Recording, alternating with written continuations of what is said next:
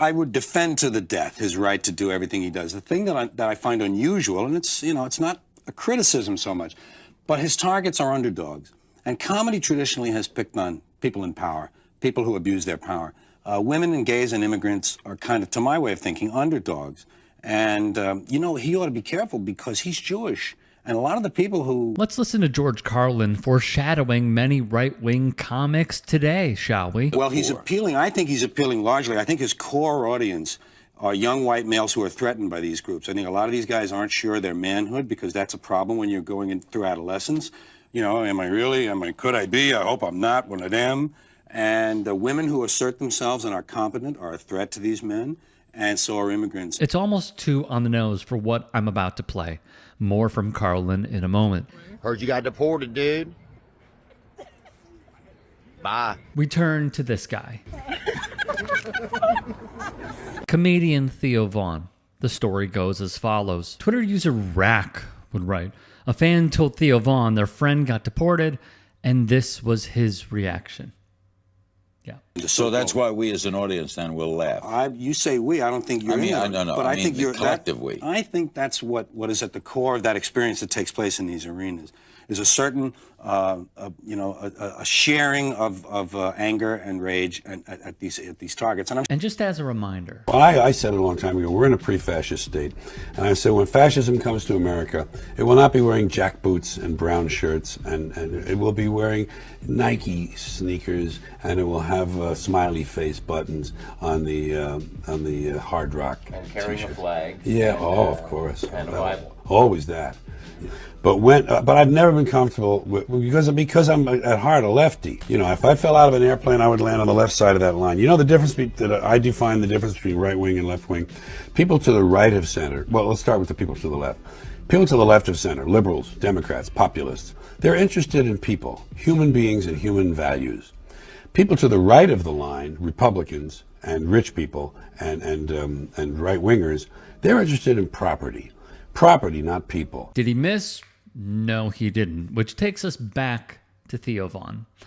Commenter Skylar Higley wisely wrote, I hope every comedian, in quotes, who thinks it's all good to just yuck it on up about stuff happening to vulnerable people, faces the consequences of fascism at the hands of the evil people they support. They will. Speaking of support, look at who Von is yucking it up with.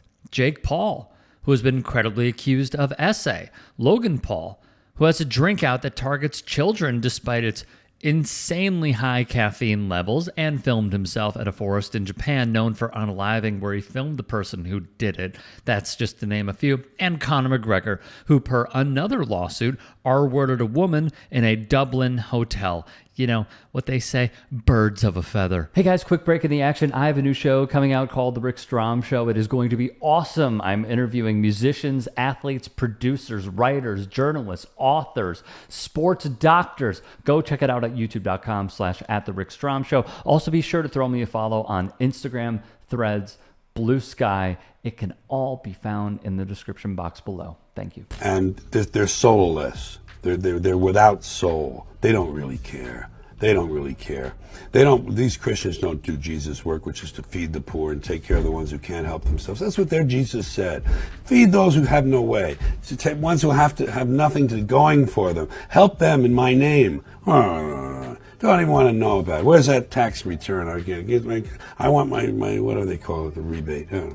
It's goofy. I think what drives me crazy about all this is the fact that Theo Von will go on his show and will have someone like a Bernie Sanders, and he'll appear relatable, and he'll put out this image of, yeah, I agree with you, man, but I'm also going to platform JD Vance, and I'm going to yuck it up with him.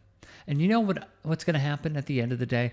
I'm going to yuck it up with Vance, who wants to take away your rights, does not believe in climate change, is simply put in to be a policymaker.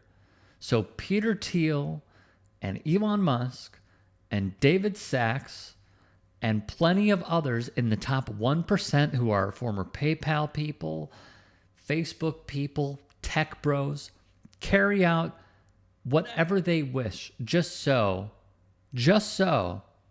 Vance could get a crumb. And then so Vaughn can also get a crumb as well, but a much smaller crumb. And he'll conclude at the end of the day, yeah, tough choice, man, tough choice. No, like I think the Timothy Chalamet interview was really interesting. I think the reaction and reception to seeing Bernie Sanders on his platform showed why the DNC was fearful of that man running and why they did not want a populist agenda, because they have to keep the grift going. But when he does this and he attends Trump's inauguration and he's hanging out with people who are credibly accused of SA and have to pay out fines because of their misconduct, and they have another case going on coming out of the Miami Heat stadium with serious allegations there. Like, I'm sorry, man. This whole thing, he is playing you guys. He could be your favorite comedian. You could stand him, all right? You could stand the hell out of him. I don't care. But it is probably wise at this point to understand what content you are taking in. And there have been studies on how this has affected the male demographic and led them from a comedian's podcast filtering into the right-wing pipeline to then become a part of MAGA for many, many years to come.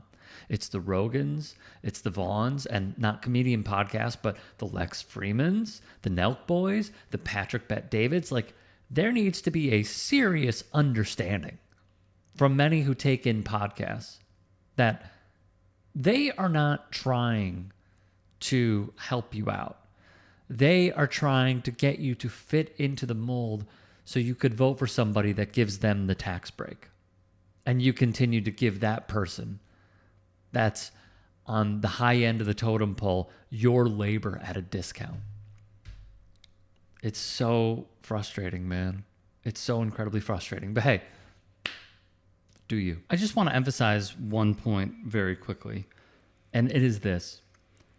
You could say whatever you want as a comedian. You can target whoever you wish.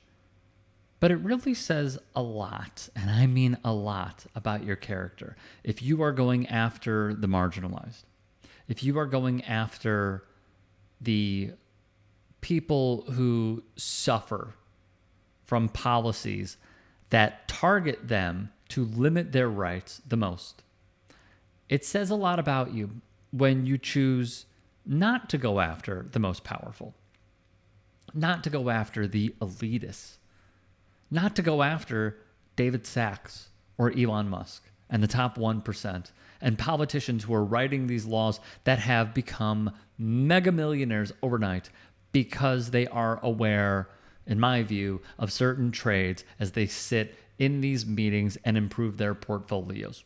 It says a lot about you. And I think that's why a lot of people are turned off at this form of comedy, because it's not comedy at the end of the day. It's just downright degrading. If you can and are willing, please become a paid member here at TYT Sports. And or go to tyt.com/join. In addition, you can follow me on Twitter, Instagram, and TikTok. Appreciate it. Have a great day.